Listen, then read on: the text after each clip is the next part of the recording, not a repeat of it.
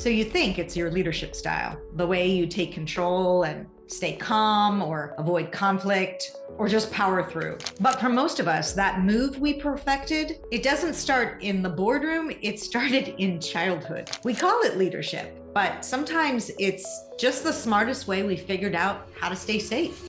I remember one day as a kid, maybe I was 6 or 7, my dad came home in a mood and he'd had a very long day and was pretty disgusted with his work. And when he walked in, he didn't even say hello. And I was watching TV and he just came in and changed the channel without a word. And I said, "Hey, I was watching that." Well, he didn't say sorry. He just yelled, "Get out." That hit hard. Not because what he said, but because how invisible I felt. And that wasn't the first time. The rule in our house was manage dad's energy at all costs. Read the room, keep it calm, don't ask for too much. So I learned to lead by anticipating, by managing emotions, by trying to stay one step ahead of conflict. And that became my superpower, but it also became my trap. And that's how these patterns begin. You over-prepare, you over-function, you go silent when things get tense. You say yes when your body's screaming no.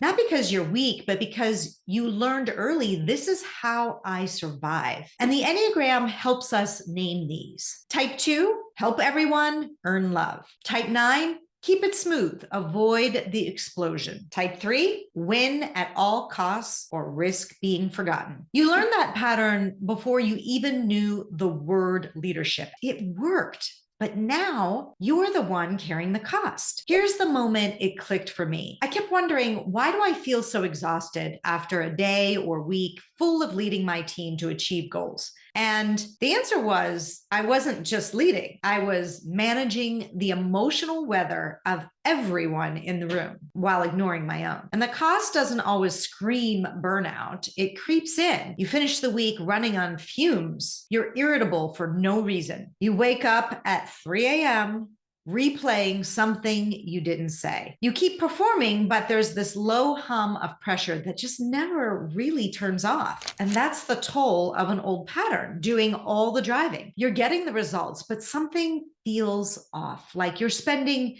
more energy holding it together than actually leading. And that's not leadership. That's survival in disguise, and it just doesn't scale. So ask yourself, that habit you've been praised for, the one that makes you the glue or the calm one in a storm or the driver, did you choose it or did it choose you? You don't have to throw it out. You just have to stop letting it run the show and being the default. Because the moment you see the pattern is the moment you get to lead on purpose. Not just repeat what your nervous system learned to do decades ago. You don't need to reinvent yourself. You just need to update the playlist. And that changes everything.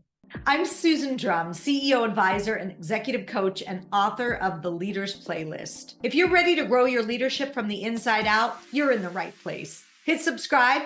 Let's get started.